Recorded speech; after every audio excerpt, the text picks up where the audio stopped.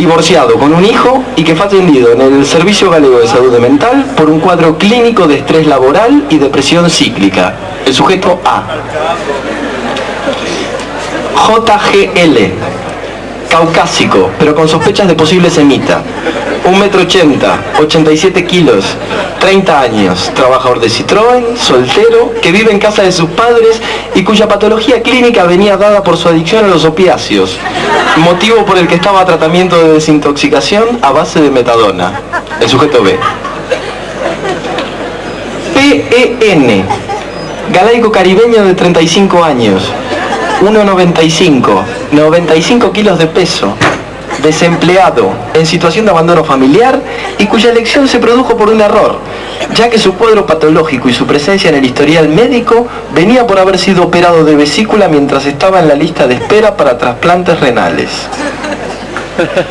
Los sujetos fueron introducidos en una cámara sellada donde se reprodujeron las situaciones que ahora pasamos a observar y detallar para el uso y disfrute de la comunidad científica.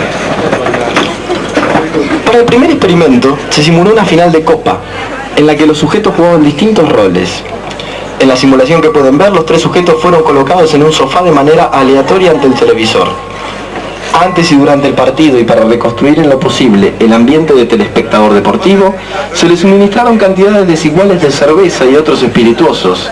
Al mismo tiempo, los sujetos eligieron distintos ropajes y enseñas que les caracterizaban como rivales. Claro índice de tribalismo que podemos relacionar con recientes estudios de la Escuela Noruega de Antropología. Como podemos ver, el sujeto A grita desaforadamente para animar a la imagen del televisor y así infundirse valor, mientras intenta con sus gestos amedrentar al adversario. Ante cualquier adversidad de su equipo, el sujeto A alarga el brazo y hace un gesto consistente en cerrar todos los dedos de la mano, excepto el dedo corazón, que mantiene extendido, con lo que quiere demostrar así la superioridad de sus argumentos, así como del juego desarrollado por su equipo. Al mismo tiempo, mira desafiante a su compañero rival, al que trata de intimidar mediante un tipo de danza consistente en arquear la parte superior del tronco, mientras que con un brazo traza recorridos circulares alrededor de su cabeza, para así dejar patente el desprecio ante el juego del rival y al rival. Ese fue el momento elegido para que el equipo del sujeto B marcara un gol, que hizo que el sujeto B realizara una serie de actos que vamos a dividir en 3 partes claramente diferenciadas. 1. El grito.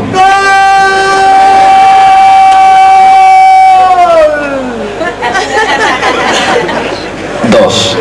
La celebración atávica y de signo festivo, evidenciada ante el hecho de que el sujeto se levanta mientras alza sus brazos al cielo con las manos extendidas, como agradeciendo el favor divino ante la consecución del tanto, para pasar después a ejecutar movimientos parecidos, pero con un solo brazo, y lo que es más importante, con el puño cerrado, lo que es interpretado como un claro gesto de afirmación y victoria frente al enemigo. 3. Humillación del vencido, que se realiza mediante un baile ante el derrotado y cuyas características más importantes son: con los antebrazos situados perpendicularmente al tronco y moviéndolos rítmicamente de adelante hacia atrás, realizan los movimientos en los que se trata de indicar un sentido de posesión. En una segunda fase, pasa a tocarse los genitales de forma reiterativa ante la cara del sujeto A, el cual cae en un profundo abatimiento, quedando cabizbajo y aceptando sumiso la derrota de sus colores. Al mismo tiempo, el sujeto C, que estaba en una posición de neutralidad hasta ese momento, deja la lectura de un periódico deportivo y, en un claro gesto de apoyo al vencedor, coge la mejilla del sujeto A y tira de la misma en repetidas veces, lo que puede ser interpretado como una relativa complicidad con el vencedor. El sujeto B enarbola en sus manos prendas con sus colores, haciéndolas oscilar ante la cara del sujeto A, que trata de apartar la cabeza, hasta que las humillaciones a las que ha sido sometido por el sujeto B, junto con el efecto de las bebidas anteriormente proporcionadas, hacen que el sujeto A se encare de forma desafiante y belicosa con el sujeto B, mientras el sujeto C intenta mediar entre ambos sin conseguirlo. Ante el cariz violento e imprevisible de la situación, el equipo científico determinó que era el momento adecuado para interrumpir el experimento y llevar las cosas al estado previo. Al estado previo. Una vez que el experimento dio comienzo, los sujetos rápidamente buscaron su lugar en lo que hemos llamado el ecosistema barra. Y después de un tiempo al lado de la misma, los sujetos comenzaron a presentar las siguientes patologías.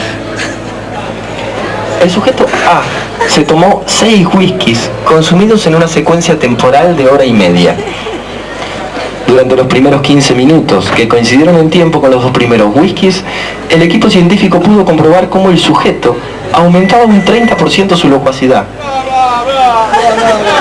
a una costa de perder un 12% su capacidad de vocalización. A partir de ese momento, el sujeto comenzó a contar distintos chistes, primero de temática fácil, donde abundaban temas políticos, para en un segundo estadio pasar a un tipo de chiste más grosero y siempre referido a un tipo de chiste de temática sexual, desde una óptica machista. La euforia del sujeto siguió creciendo proporcionalmente a medida que aumentaba la ingesta de whisky, pero a partir del cuarto se pudo comprobar cómo el sujeto pasaba del chiste a una fase de exaltación de la amistad, demostrada con cualquier persona o objeto que hubiera en su entorno inmediato, para pasar finalmente a una fase de cánticos regionales. El sujeto B eligió un vino envasado en Tetrabric, del que tomó 12 consumiciones en una temporalización de hora y media. En unos primeros instantes el sujeto se lamentaba de la vida que llevaba, a la vez que recordaba su paso por la Legión, manteniendo que allí se hiciera un hombre, para pasar con el tercer vino a un tipo de depresión somnolienta que le hacía dormitar sobre la barra. Su capacidad de vocalización se redujo en más de un 40%. El sujeto no soltó la copa en ningún momento del experimento, entrando poco a poco a desgranar una serie de sonidos, de los que lo único articulado era un "todas putas", cada 3 minutos y medio, para acabar finalmente dormido sobre la barra. El sujeto C eligió como bebida el pacharán, del que se tomó una botella en la misma secuencia temporal que los anteriores, y mientras bebía echaba monedas compulsivamente en una máquina tragaperras, a la que insultaba y trataba de provocar. Cuando agotó su dinero en la tragaperras, inició un tipo de danza en la que marcaba su territorio con leves desplazamientos alrededor de sí mismo, en los que intentaba enfrentarse, primero verbal y luego físicamente, con todo aquel que intentase ocupar su territorio o acercarse a la tragaperras, lo que recordaba a la danza nupcial de la gacela Thompson en el Serengeti. Después de intentar enfrentarse al sujeto B, que seguía dormitando sobre la barra ajena a todo, el sujeto C intentó enfrentarse con el sujeto A, momento que fue elegido por el equipo científico para acabar el experimento. La especie utilizada para el experimento se denomina a sí misma Homo sapiens sapiens,